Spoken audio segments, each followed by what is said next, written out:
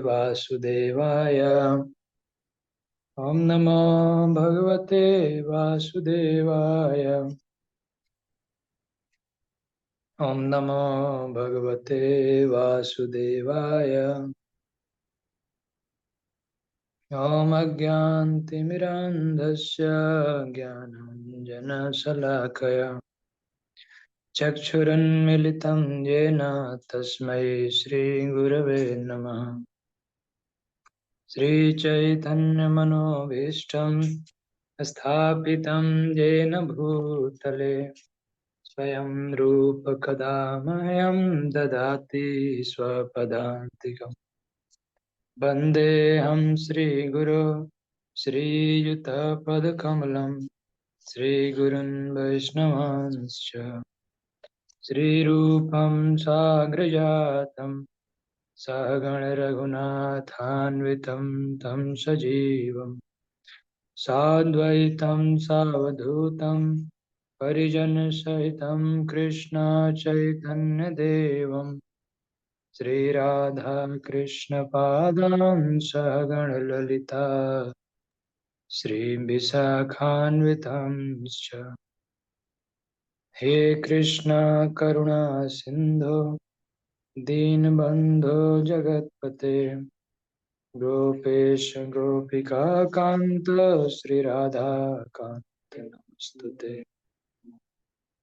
तप्त काञ्चन गौराङ्गी राधे वृन्दावनेश्वरी वृषभानुसुते देवी प्रणमामि हरिप्रिये।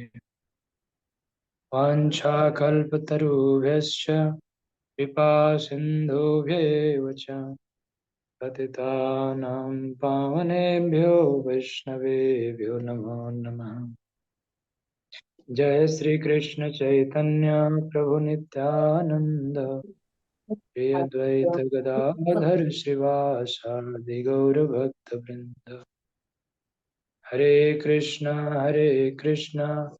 कृष्ण कृष्ण हरे हरे हरे राम राम राम हरे हरे। कल इस श्लोक की चर्चा हुई थी 47। कर्मण्येवाधिकारस्ते मा फलेषु कदाचन मा कर्मफल हेतुर्भू भूर्मास्ते संगोस्त्वकर्मणि। तो इसके बारे में चर्चा हुई थी कि मनुष्य को अपना प्रिस्क्राइब ड्यूटी, या इंग्लिश में ट्रांसलेशन है, you have a right to perform your prescribe duty but you are not entitled to the fruits of action. Never consider yourself the cause of results of your activities and never be attached to not doing your duty. Srila Prabhupada बता रहे हैं, इसमें बहुत सुंदर व्याख्या किए हैं कि मनुष्य को अपना कर्म करने का अधिकार है। कौन सा कर्म? Prescribe duty. यहाँ कर्म का बारे में बताया गया है कि जो शास्त्रों में अनुमोदित है वहीं कर्म करने चाहिए। कल ये भी चर्चा हुई थी कि कर्म ड्यूटी तीन तरह के हैं। कर्म तीन कंसिडरेशन है इसमें। एक है कर्म प्रिस्क्राइब ड्यूटी, एक है विकर्म। विकर्म मतलब जो शास्त्रों में मना है, ये काम नहीं करना चाहिए। और तीसरा है अकर्म। कर्म, अकर्म और विकर्म के बारे में चर्चा हुई थी। तो कर्म का अर्थ है कि जिस जैसे पुण्य कर्म, फ्रूटिव एक्टिविटी, या जो भी शास्त्रों में अनुमोदित है, पाप नहीं है, तो ऐसे कार्यों को कर्म कहते हैं। और विकर्म मतलब विपरीत कर्म, पाप कर्म, वो नहीं करना चाहिए, जिसके करने से मनुष्य के जीवन में रिएक्शन आता है, दुख होता है, कर्मों के फल बनते हैं, बुरे कर्मों के फल, तो वो नहीं करना चाहिए। और अकर्म का मतलब है डिवोशनल सर्विस, ऐसा कर्म जो कोई रिएक्शन जनरेट ना करे। तो हम ध्यान से हम समझेंगे कि कौन सा कर्म कोई भी रिएक्शन जनरेट नहीं करेगा। तो यदि भगवान की सेवा हम प्रेम पूर्वक करें, भगवान के सेवा मतलब डिवोशनल सर्विस। कौन से कर्म कृष्ण भावना भावित कर्म? आगे जब कर्मयोग चैप्टर आएगा तो इस श्लोक का कई बार लोग अर्थ ये निकालते हैं कि कर्म करो और फल की चिंता मत करो। ये सब भगवान गीता में कहीं नहीं बोले हैं। कोई भी कर्म कीजिए तो उसका रिएक्शन बनेगा। तो ऐसा हम नहीं कर सकते कि हम फल की चिंता नहीं करेंगे तो सब ठीक रहेगा।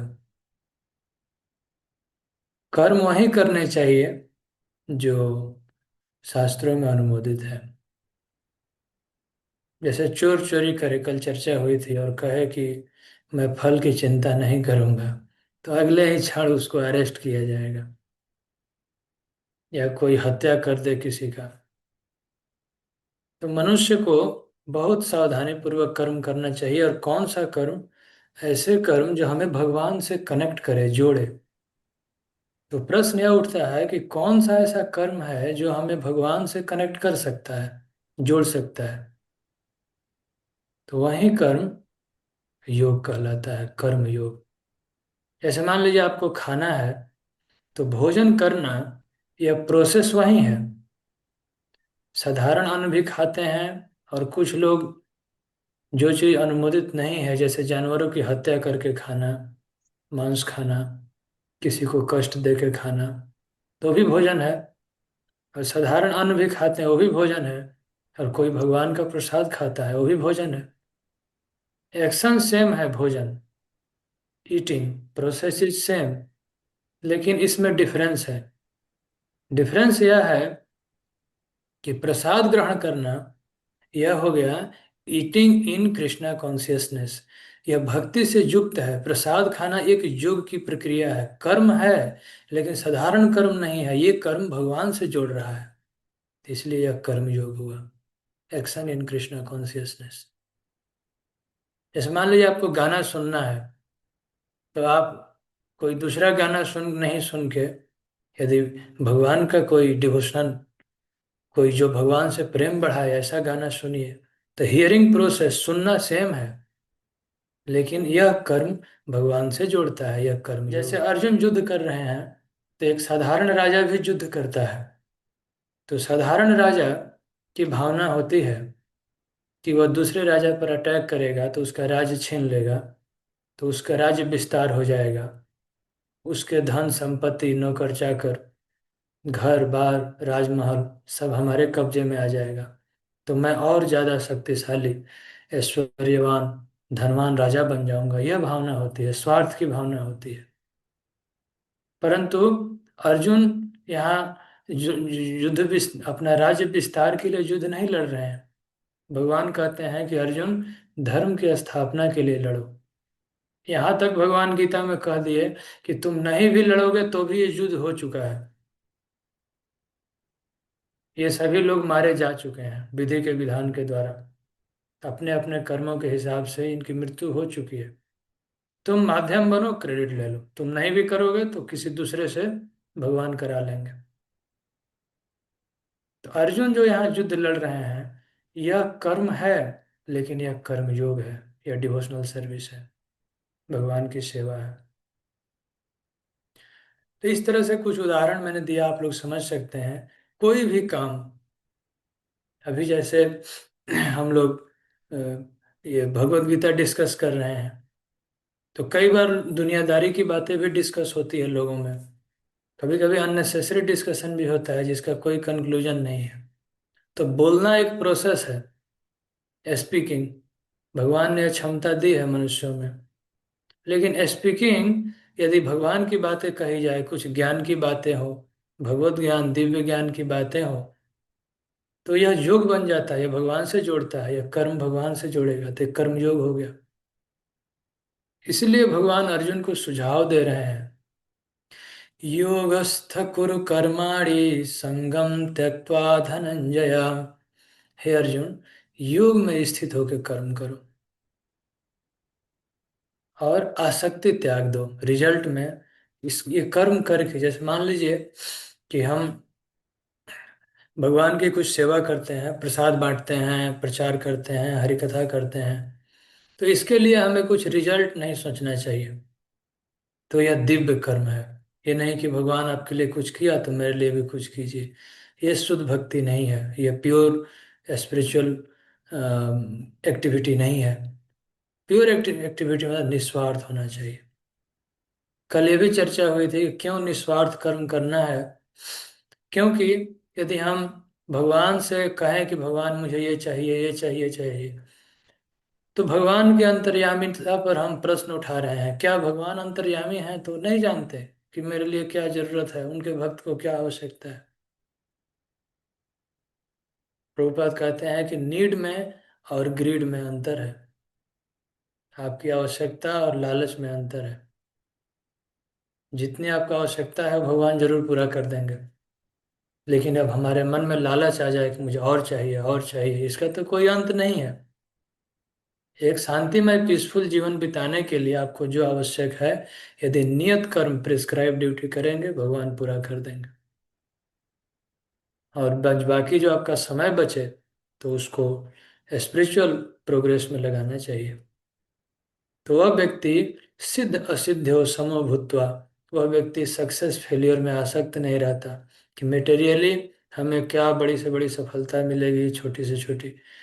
वो जो जरूरत है भगवान दे देंगे, वो ज़्यादा चिंता नहीं करता है। तो ऐसा व्यक्ति समता की भावना में रहता है। तो भगवान कहते हैं समत्वम योग उच्यते। जैसे मान लीजिए कि किसी इस तरह के डिवोटी को बहुत अधिक धन की प्राप्ति हो जाए, तो वह सोचता है कि ये भगवान की कृपा है, चलो इसको अच्छे कार्यों में लगाते हैं, भगवान की सेवा में लगाते हैं। और यदि धन की प्राप्ति ना हो तो वो सोचता है कोई बात नहीं, भगवान की इच्छा नहीं हुई तो उन्होंने मुझे नहीं दिया, मेरा जीवन तो चल ही रहा है, कोई कमी तो है नहीं जीवन में, किसी तरह से चल रहा है, ठीक है। तो जो भी हमें भगवान से प्राप्त हो उसमें सुख दुख हानि लाभ सब में एक समान रहना चाहिए। तो ऐसी समता की स्थिति को योग कहते हैं। रहना तो चाहिए लेकिन हम रह नहीं पाते हैं। क्यों? क्योंकि हम स्पिरिचुअली क्वालिफाइड नहीं हैं। इसके लिए प्रोसेस भगवत गीता में आगे भगवान बताए हैं। तभी तो योग की परिभाषा बता रहे हैं। आगे भगवान ये भी बताएंगे कि योग कैसे करते हैं। और सभी लोग एक टाइप का योग नहीं कर सकते, तो इसलिए अलग अलग भगवान ने बताया। कर्म योग, ध्यान योग, सांख्य योग, भक्ति योग, कई तरह के योग भगवान गीता में बताए हैं। क्यों? क्योंकि श्री कृष्ण योगेश्वर हैं। योग गुरु, आदि योग गुरु भगवान ही हैं। भगवान से यह ज्ञान प्रकट हुआ है। अगले श्लोक में ये प्रिकॉजन दिया गया है। यदि आप योग करते हैं, भगवत भक्ति में आगे बढ़ना चाहते हैं, तो पाप कर्मों को छोड़ना चाहिए। दूरेण हि अवरम कर्मा बुद्धि योगा धनंजय, बुद्धौ शरणम अन्विच्छ कृपणा फल हेतवः। दूरेण ही अवरम कर्म, जो कर्म वर्ण करने लायक नहीं है, अवरम मतलब निंदनीय कर्म है, ऐसे कर्मों से एक कर्मयोगी को, भगवत भक्त को दूर रहना चाहिए। अवरम कर्म, दूरेण बहुत दूर रहना चाहिए। कैसे दूर रहेंगे? बुद्धि योगा धनंजय, बुद्धि योग का उपयोग करना चाहिए। बुद्धि योग क्या है? जब हम भगवत गीता पढ़ते हैं, गुरुजनों से उपदेश सुनते हैं, तो हमारी बुद्धि विकसित होती है। और ऐसी बुद्धि जो हमें भगवान से जोड़ती है तो उसको बुद्धि योग कहा जाता है। तो भगवान कहते हैं हे धनंजय, हे अर्जुन, बुद्धि योग का उपयोग कर और बुरे कर्मों से दूर रहो। बुरा कर्म कौन है? चलो प्रभुपाद व्याख्या किए हैं। सबसे पहले पाप कर्म चार हैं, बचना चाहिए। कौन कौन है? मांसाहार नहीं करना चाहिए, मांस नहीं खाना चाहिए। मांस में फिर मछली भी आ जाता है, अंडा भी। अब कभी कभी लोग कहते थे प्रभुपाद से, प्रभुपाद मांस नहीं खाना है तो मछली तो खा सकते हैं ना? तो प्रभुपाद जी कहते थे नहीं, वो नहीं खा सकते। और विदेश में एक बार कुछ लोग इंसेक्ट लेके आ गए, कहते हैं प्रभुपाद ये तो मांस नहीं है, इसमें तो कुछ नहीं है, फ्लैश नहीं है। तो प्रभुपाद जी समझाए, कहे कि ये भी मना है। तो समझाना पड़ता है कि किसी भी जीव को हत्या करके नहीं खाना है। मनुष्य जीवन में प्रिस्क्राइब्ड है कुछ कुछ चीजें कि ये खा के आपका जीवन चल जाएगा, तो फूड ग्रेन है। इसको संस्कृत में शस्य कहा जाता है। शस्य इसलिए कहा जाता है कि पकने पर, मैच्योर होने पर वे मृत हो जाते हैं, सूख जाते हैं। तब उसके बाद उस धान की, गेहूं चाहे मिलेट जो भी है, सब्जी है, फल है, मैच्योर होने के बाद उसमें बहुत कम चेतना रह जाती है, तो तोड़ते हैं तो उन्हें कोई कष्ट नहीं होता है। तो इसलिए फूड ग्रेन जो शाकाहारी है, उसमें, उसके उत्पादन में किसी को हम कष्ट नहीं देते, हत्या नहीं होती। उसको भी भगवान का भोग लगा के खाया जाए तो और भी अच्छा है, भगवान का प्रसाद हो जाता है, शुद्ध हो जाता है, सभी कर्मों से मुक्त। तो मांसाहार नहीं करना चाहिए और जुआ नहीं खेलना चाहिए। जुआ खेलने का अर्थ यह है कि हमें बिना मेहनत किए धन कमाने का कोशिश नहीं करना चाहिए। ये नहीं कि हम चोरी करें, घूस लें, ठगें किसी को। दूसरे के धन को मिट्टी के समान समझना चाहिए। और नशा करना, तो शराब पीना, भांग धतूर, चाय, कॉफी और भी तरह तरह के नशे हैं, तो नशा से बचना चाहिए। बीड़ी सिगरेट ये सब से बचना चाहिए। नशा करने से मनुष्य आलसी हो जाता है, और मांस खाने से उसके हृदय की दया नष्ट हो जाती है, हृदय कठोर हो जाता है। तो जिस हृदय में दया नहीं है, उस हृदय में भगवत प्रेम नहीं हो सकता। वो व्यक्ति भगवान से प्रेम नहीं कर सकता। तो इसलिए मांस छोड़ना चाहिए। और जुआ खेलना, अगर कोई व्यक्ति बिना मेहनत किए धन कमाने की आदत पड़ती है, तो छल कपट झूठ प्रपंच बढ़ जाता है उसके हृदय में। तो वो व्यक्ति भी योग नहीं कर सकता, योग में सिद्ध नहीं होता है। और चौथा पाप है अवैध पुरुष स्त्री संगत। विवाह नहीं हुआ है तो उस व्यक्ति को चाहिए कि ब्रह्मचारी रहे, और कभी भी माया पर्सनिफाइड, और कभी भी इंटरेक्ट ना करे अपोजिट जेंडर से। और यदि गृहस्थ बनते हैं तो विवाह करके अपनी पत्नी के साथ धर्म पूर्वक रहे, जैसे भारत देश में लोग रहते हैं, तो वो ठीक है, उसमें पाप नहीं है। संतान उत्पत्ति करे और बच्चों को भगवान का भक्त बनाए, फिर ठीक है। लेकिन अपनी पत्नी को छोड़ के दूसरे किसी स्त्री के साथ गलत दृष्टि रखे तो यह पाप है। तो मांसाहार नहीं करना चाहिए, जुआ नहीं खेलना चाहिए, नशा नहीं, अवैध पुरुष स्त्री संगति नहीं। तो ये चार सिद्धांत धर्म के चार पिलर हैं, इनको पालन करना ही चाहिए। दूरेण ही अवरम कर्म, ये अवरम मतलब ये ग्रहण करने वाले कर्म नहीं है। तो इसको छोड़ के और धर्म पूर्वक जो व्यक्ति आचरण करता है, तो उसके बारे में कहा गया है कि बुद्ध शरणम अन्विच्छ। ऐसी चेतना में वह व्यक्ति भगवान के शरण में आ सकता है। लेकिन जो लोग सकाम कर्मों के फेरे में पड़े हैं, उनको कहा गया है कृपण। कृपणा फल है, तब वो फल के पीछे लगे रहते हैं, जैसे भी हो, किसी को ठग के, झूठ बोल के, छल कपट करके, जहाँ से कुछ हमारा फायदा हो वही काम करें, तो वो लोग तो कृपण है। वे आध्यात्मिक जीवन में, स्पिरिचुअल लाइफ में प्रोग्रेस नहीं कर सकते, उनके जीवन में स्पिरिचुअल टेस्ट नहीं मिलेगा। अगले श्लोक में भगवान कहते हैं, बुद्धियुक्तो जहातीह उभे सुकृत दुष्कृते तस्मादुद्योगाय युज्यस्व योग कर्मसु कौशलम। बहुत सुंदर सुंदर श्लोक हैं। भक्ति में संलग्न मनुष्य जीवन में अच्छे और बुरे कर्मों से अपने को मुक्त कर लेता है। जो व्यक्ति इस तरह से पाप कर्मों को छोड़ के और योगाभ्यास करता है, यानी भक्ति योग का आचरण करता है, बुद्धि योग, तो वह व्यक्ति उभय सुकृत दुष्कृते, उसके जीवन में जितने भी बुरे कर्मों के फल हैं। कल प्रश्न हो रहा था क्लास में कि क्या हम सत्कर्म करके, दान पुण्य करके, अच्छे कर्म करके पाप कर्मों को नष्ट कर सकते हैं? तो उसका अर्थ, आंसर है कि नहीं।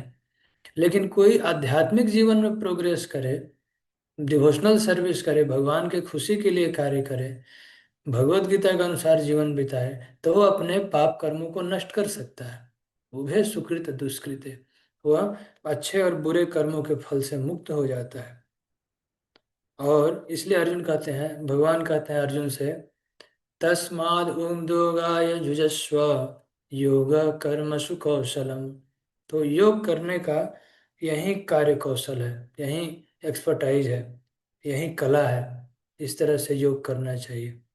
इसलिए हे अर्जुन, तुम योग करने का प्रयत्न करो, योग में स्थित होकर कर्म करो।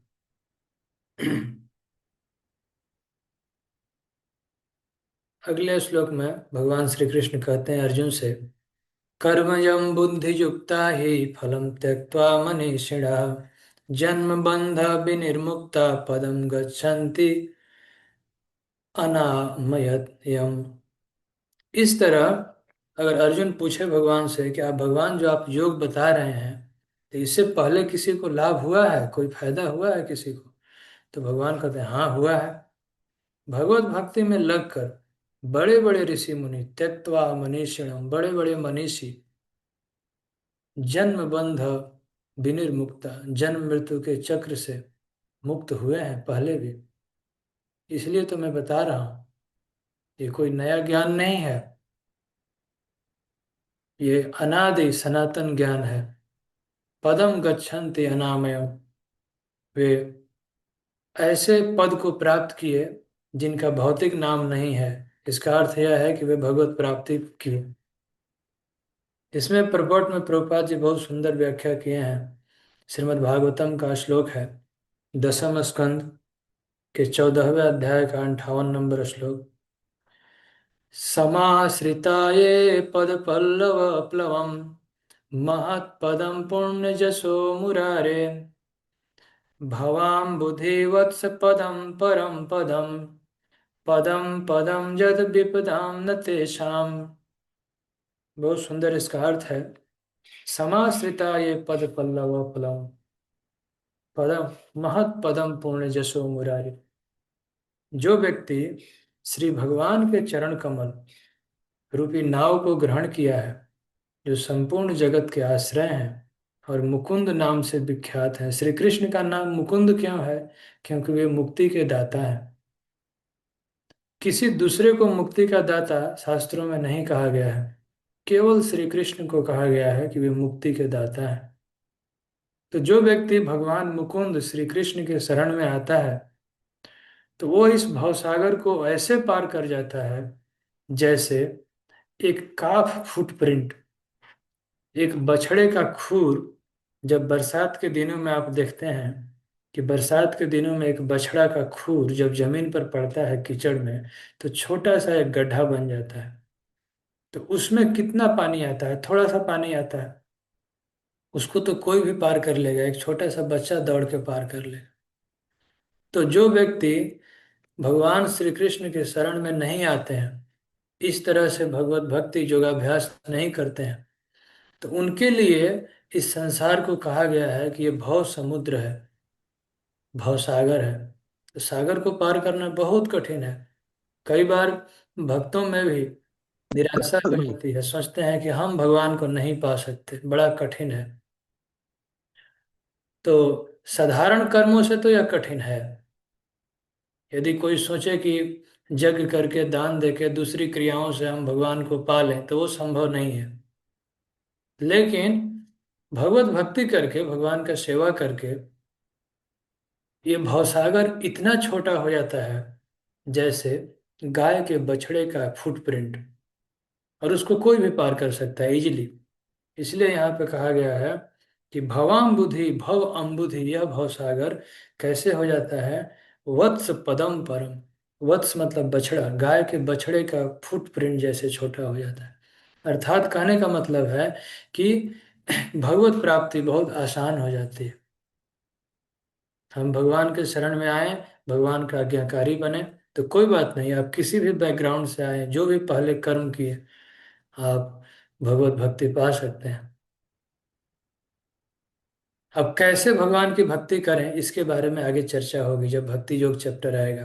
बहुत डिटेल में चर्चा करेंगे कि भगवान कैसे प्रसन्न होते हैं और क्या करें जिससे हम बहुत आसानी से भगवत प्राप्ति कर सकें। तो श्रील प्रभुपाद कहते हैं आगे, कि अज्ञानता बस मनुष्य यह समझ नहीं पाता कि भौतिक जगत एक ऐसा दुखमय स्थान है जहाँ पदम पदम जद विपदाम न तेषाम। श्रीमद् भागवतम का श्लोक है ये। पदम पदम जद विपदाम न तेषाम, यहाँ प्रत्येक स्टेप में डेंजर है। यहाँ बिना बुलाए संकट आते हैं। आप सब कुछ अच्छे से कीजिए, सब ठीक चल रहा है, ठीक चल रहा है, तब तक कुछ डिस्टरबेंस आ जाए।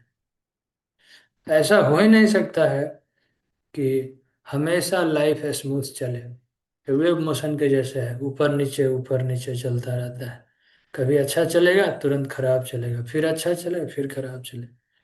तो केवल अज्ञान में अल्पज्ञानी पुरुष ही सोचते हैं कि हम इस संसार में सुखी रह जाएंगे। एक्चुअल में बनाने वाला जो भगवान है वही स्वयं कहे हैं भगवत गीता में कि यहाँ आप सुखी नहीं रह सकते। ये मेटेरियल वर्ल्ड को कहा गया है भगवत गीता में दुख आलयम अशाश्वतम। यह टेम्परेरी है और यहाँ दुख है। तो जब बनाने वाला ही स्पेसिफिकेशन में बता दिया है कि यहाँ दुख भरा हुआ है और फिर हम सुखी रहने का प्रयास करते हैं तो नहीं हो सकते। तो सुखी रहने का उपाय क्या है? तो सुखी रहने का उपाय है कि भगवान से आप कनेक्ट होइए, फिर आप सुखी हो जाएंगे। भगवत प्राप्ति हो जाएगा तो वह मनुष्य सुखी हो जाता है। इस संसार में जन्म मृत्यु जरा व्याधि, birth death old age and disease. जन्म है तो मृत्यु होगी, और बुढ़ापा और बीमारी ये लगा ही रहता है, धनी गरीब ऊंच नीच सबके जीवन में। तो जो व्यक्ति भगवान की प्रेमा भक्ति में, loving devotional service of God, भगवान की सेवा में लगता है, तो he becomes qualified to enter into Vaikuntha planet. तो वह व्यक्ति भगवत धाम जाने के लिए, वैकुंठ प्लैनेट पर जाने के लिए योग्य बन जाता है। वैकुंठ लोक में कौन जा सकता है? वैकुंठ शब्द का अर्थ होता है विगत कुंठा, जहाँ कोई एंजाइटी नहीं है। इस भौतिक जगत में हमें हर समय कुछ न कुछ एंजाइटी बनी रहती है।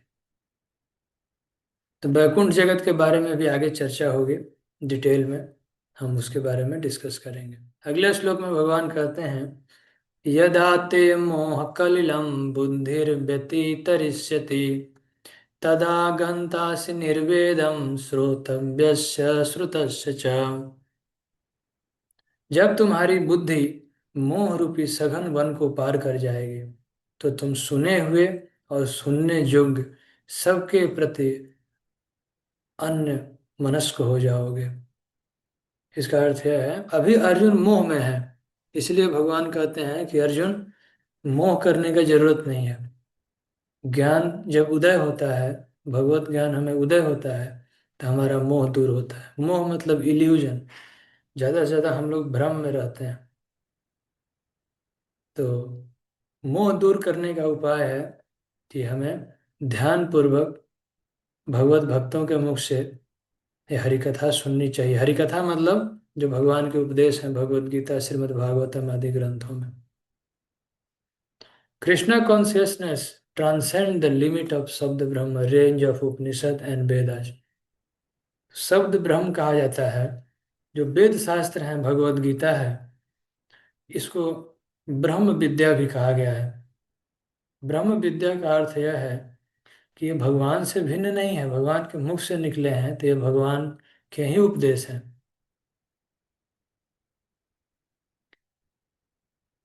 तो जब इस तरह से कोई व्यक्ति क्वालिफाइड बनता है कि शब्द ब्रह्म को समझे, तो he can transcend the range of Veda and Upanishad. कैसे? श्रुति विप्रतिपन्ना ते यदा स्थायति निश्चला समाधावश्चला बुद्धि तदा योगस्म वाप्स्यसि। अगले श्लोक में भगवान कहते हैं कि हे अर्जुन, जब तुम्हारा मन वेदों की अलंकारमयी भाषा से विचलित ना हो तो आत्म साक्षात्कार की समाधि में स्थित हो जाए और इसे तुम्हें दिव्य चेतना की प्राप्ति होगी। तो दिव्य चेतना क्या है? यहाँ पर दिव्य चेतना को समाधि कहा गया है। ध्यान से समझना चाहिए कि समाधि का अर्थ ये नहीं होता है कि कोई व्यक्ति आंखें बंद कर ले, मरने के जैसा हो जाए और कहे कि बस ये व्यक्ति अब समाधि में चला गया। नहीं, कई लोग ऐसे कहते हैं, कोई शरीर छोड़ देते हैं साधु तो कहते हैं कि बस अब ये समाधि में चले गए हैं। ये वास्तविक परिभाषा नहीं है।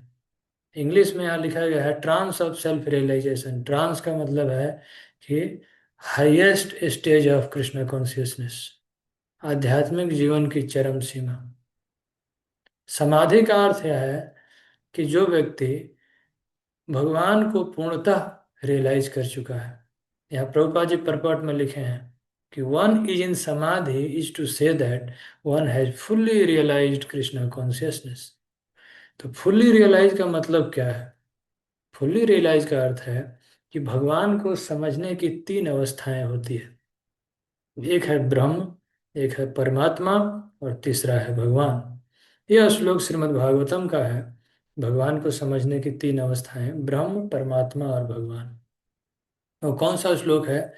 वदन्ति तत्त्वविदस्तत्त्वं जज्ञानम् अद्वयम् ब्रह्मेति परमात्मेति भगवानिति शब्दते। सबसे पहले जब आध्यात्मिक जीवन में हम आगे बढ़ते हैं तो भगवान की शक्ति का एहसास होता है। तुरंत भगवान का साक्षात्कार नहीं होता, पहले भगवान की शक्ति को हम समझ पाते हैं। उसको कहते हैं ब्रह्म रियलाइजेशन। तो जो ब्रह्मवादी अध्यात्मवादी होते हैं तो वे इतना समझ पाते हैं कि भगवान की अचिंत्य शक्ति है और कोई अचिंत्य शक्ति इस पूरे ब्रह्मांड को चला रही है, जिसके कंट्रोल में ये पूरा जगत है। तो शक्ति का अनुभव करना, इसको कहते हैं ब्रह्म रियलाइजेशन। और दूसरा है कि भगवान श्री कृष्ण परमात्मा के रूप में, भगवान विष्णु परमात्मा के रूप में समस्त जीवों के हृदय में बैठे हैं, जो उनकी इच्छाओं को पूरी करते हैं, उनके कर्मों के साक्षी होते हैं। हम क्या कर रहे हैं भगवान को 24 घंटा सब पता है।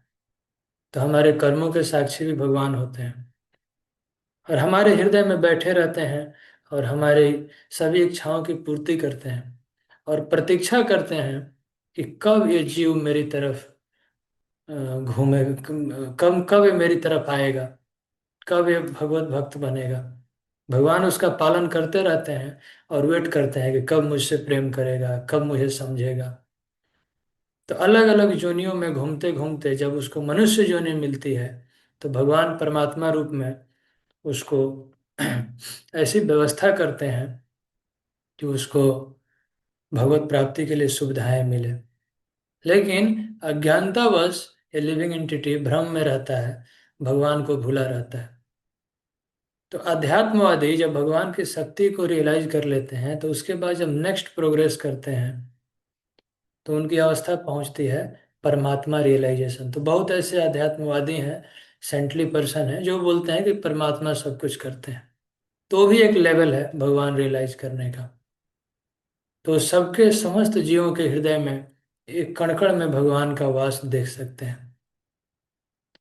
और उसके बाद सबसे हाईएस्ट परफेक्शन है रियलाइजेशन, उसको बोलते हैं भगवान रियलाइजेशन।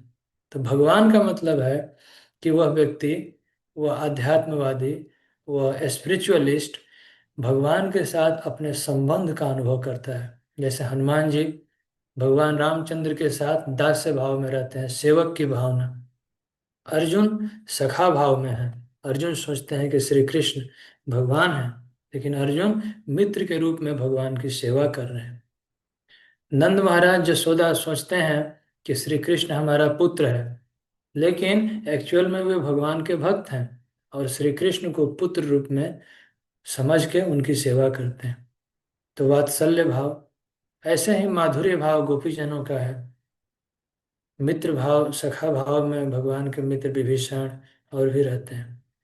तो इस तरह से भगवान के साथ किसी जीव का जब संबंध स्थापित होता है तो उसको कहते हैं परफेक्शन ऑफ योगा, ये हाईएस्ट परफेक्शन है। तो वह व्यक्ति जब अपने संबंध को, भगवान के साथ अपने संबंध को रियलाइज करता है तो उस अवस्था को समाधि कहते हैं। जब ये समझ में आ जाए कि हम श्री कृष्ण के सेवक हैं और भगवान हमारे स्वामी हैं, जीवेर स्वरूप है नित्य कृष्ण दास। जीव का एक्चुअल कॉन्स्टिट्यूशनल पोजीशन है भगवान का सेवक बनना। और जिस दिन हम भगवान का सेवक बन जाएंगे पूर्ण रूप से, तो उसी दिन हमें परम आनंद के स्रोत भगवान से कनेक्शन बन जाएगा और परम आनंद की प्राप्ति होने लगी, उच्चतम आनंद, हायर टेस्ट भक्ति में। तो जब आध्यात्मिक आनंद मिलने लगता है तो वह व्यक्ति लोअर टेस्ट अपने आप छोड़ देता है, फिर वो भौतिक चीजों से आकृष्ट नहीं होता। इस संसार की जो चीजें हैं, जैसे अ, हम जब भौतिक प्लेटफॉर्म में हैं तो हमको अच्छा खाने में, कुछ गाना सुनने में, नाचने गाने में, जो भी दुनिया की चीजें हैं, सांसारिक चीजें जो हमें नॉर्मली अट्रैक्ट करती है।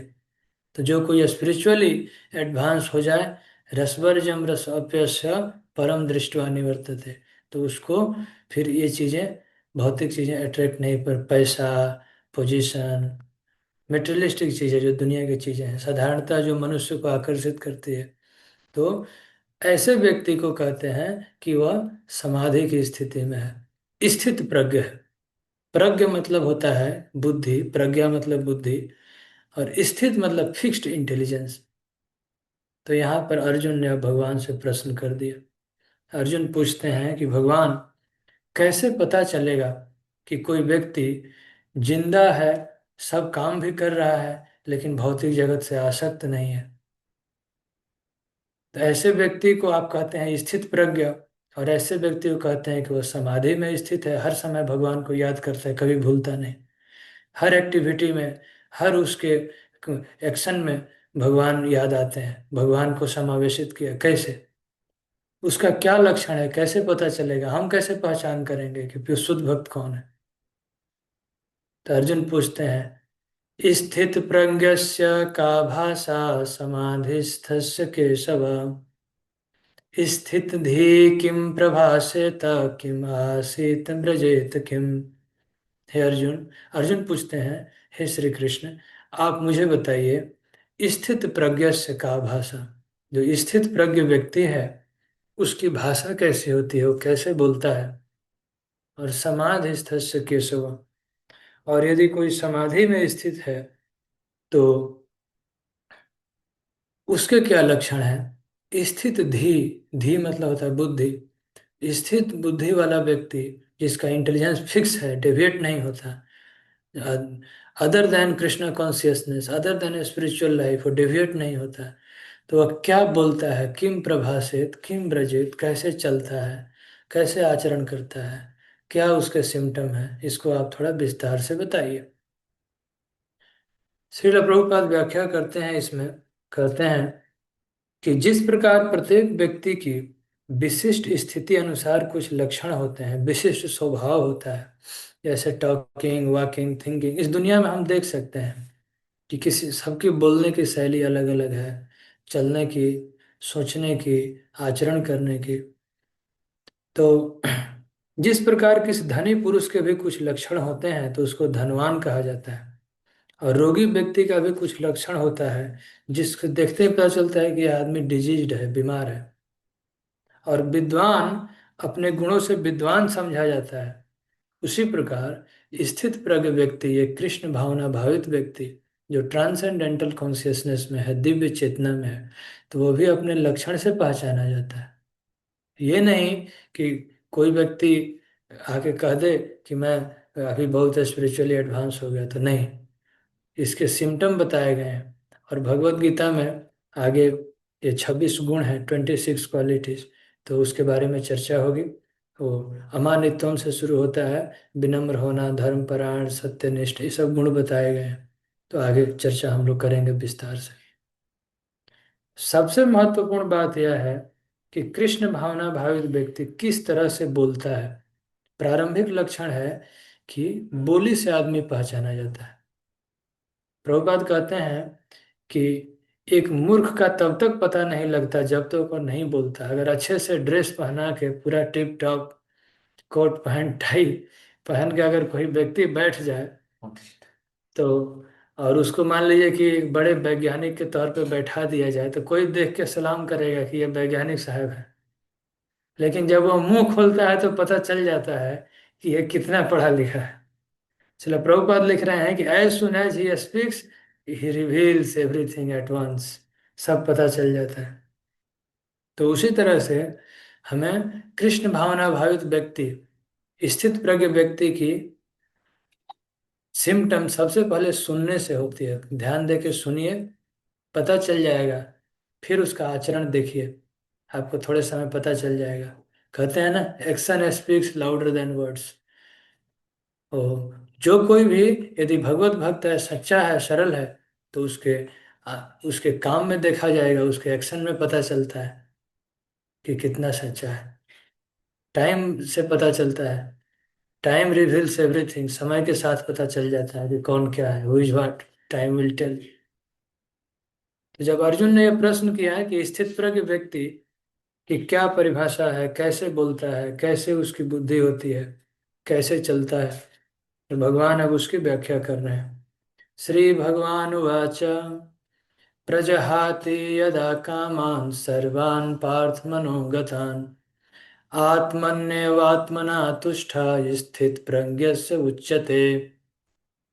स्थित प्रज्ञ उस व्यक्ति को कहते हैं जो व्यक्ति मनोधर्म से उत्पन्न होने वाली इंद्रिय तृप्ति की समस्त कामनाओं का परित्याग कर देता है। जब इस तरह से विशुद्ध हुआ व्यक्ति, उसका मन आत्मा में संतोष प्राप्त करता है और वह विशुद्ध दिव्य चेतना को प्राप्त करता है। प्रजहाति, प्रजहाति मतलब त्यागता है, यदा कामान इंद्रिय तृप्ति की इच्छाओं को, और मनोगतान, मनोगतान मतलब मनोधर्म। यहाँ एक शब्द आया है मनोगतान, तो उसकी थोड़ी सी मैं व्याख्या करना चाहता हूँ। इस जगत में यदि हमें धर्म जानना है कि धर्म क्या है, हमारे कर्तव्य क्या है, तो मनुष्य को चाहिए कि वह शास्त्रों को रेफर करे। जैसे हम साइंस में भी कुछ जानना चाहते हैं प्रैक्टिकली, तो हम एक्सटेंडेड टेक्स्ट बुक रेफर करते हैं। लेकिन इस भौतिक जगत में ऐसी बीमारी है कि लोग भगवत गीता और भागवतम जैसे ग्रंथों पर ध्यान नहीं देते। लोग अपने मन से धर्म बना देते हैं। ये मेरा कर्तव्य है, ये मेरा कर्तव्य है, वो पूजा करना ठीक है, ये ठीक है। तरह तरह की चीजें अपने मन से बना देते हैं, इसको कहते हैं मनोधर्म। कहते हैं कि ये भी काम करना ठीक है ना, ये तो मेरा कर्तव्य है, इसको तो करना ही चाहिए। तो जो अपने मन से हम जो गढ़ लेते हैं और एक मनोधारणा बना लेते हैं, तो इसको मनोधर्म कहा जाता है, और इसको छोड़ना चाहिए। तो जो व्यक्ति मनोधर्म और इंद्रिय तृप्ति, अब जो व्यक्ति सेंस ग्रेटिफिकेशन में लगा है, तो वो जस्टिफाई करना शुरू करता है कि नहीं ठीक है। जैसे मांस खाने वाले से पूछिए, तो उसके पास 10-20 जस्टिफिकेशन मिल जाएगा कि क्यों खा रहे हैं, हाई प्रोटीन है तो ये है, वह नहीं खाना चाहिए तो मनुष्यों के लिए बना है। तो कोई कहता है कि मुर्गा मुर्गी नहीं मारे जाएं, तब इनकी संख्या बढ़ जाएगी, तो आदमी के घर में घुस जाएंगे, तो जीने नहीं देंगे, तो बकरी भेड़ बढ़ जाएंगे। तरह तरह का लोग तर्क देते हैं। धर्म में भी कर्म कांड, कोई तरह तरह के तांत्रिक लोग हैं, उल्टा पुल्टा मत है, इसको मनोधर्म कहा जाता है। तो जो व्यक्ति इंद्रिय तृप्ति और मनोधर्म का त्याग करता है और भगवान के आज्ञा अनुसार भगवत भक्ति का आचरण करता है, तो उसको आत्मने आत्मना तुष्ट, तो वह व्यक्ति हृदय में संतुष्टि अनुभव करता है, आत्मतुष्ट हो जाता है। प्रत्येक व्यक्ति को इस संसार में कुछ न कुछ कमी है, हैंकरिंग है। हमेशा किसी से पूछिए आपको सारी इच्छाएं पूरी हुई, तो नहीं, अभी भी इच्छा, अभी कमी है। लेकिन स्पिरिचुअली जो कोई आगे बढ़ता है, तो वह आत्मतुष्ट हो जाता है, हृदय में उसको संतुष्टि रहती है। बस एक ही दुख है, पर दुख है दुखी, दूसरों के दुख से दुखी रहते हैं और दूसरों का कल्याण चाहते हैं। लेकिन कभी कभी ऐसी स्थिति होती है कि रोगी भी डॉक्टर से ऑपरेशन कराना नहीं चाहता है। वो रोगी जानता है कि मुझे बीमारी है, और ये भी जानता है कि ऑपरेशन हो जाएगा तो मेरा बीमारी दूर हो जाएगा। लेकिन ऑपरेशन के दौरान भी कुछ कुछ कष्ट होते हैं, तो रोगी ऑपरेशन नहीं कराना चाहता। तो यही ऑपरेशन है। कभी कभी जब हम भगवान के भक्तों से सुनते हैं ये सब बातें, तो थोड़ा सा ये पेनफुल लगता है, लेकिन ध्यान से सुन लें, फॉलो कर लें, तो बाद में जीवन बहुत अच्छा हो जाता है, बहुत पीसफुल, शांति में।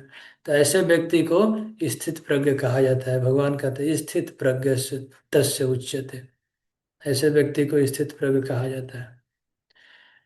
उसके बाद अगले श्लोक में स्थित प्रज्ञ व्यक्ति का लक्षण बता रहे हैं कि दुखेशु अनु दुख दुखेशु अनुद्विग्न मना सुखेषु विगत स्पृहा वीतराग भय क्रोध स्थिर मुनिरुच्यते।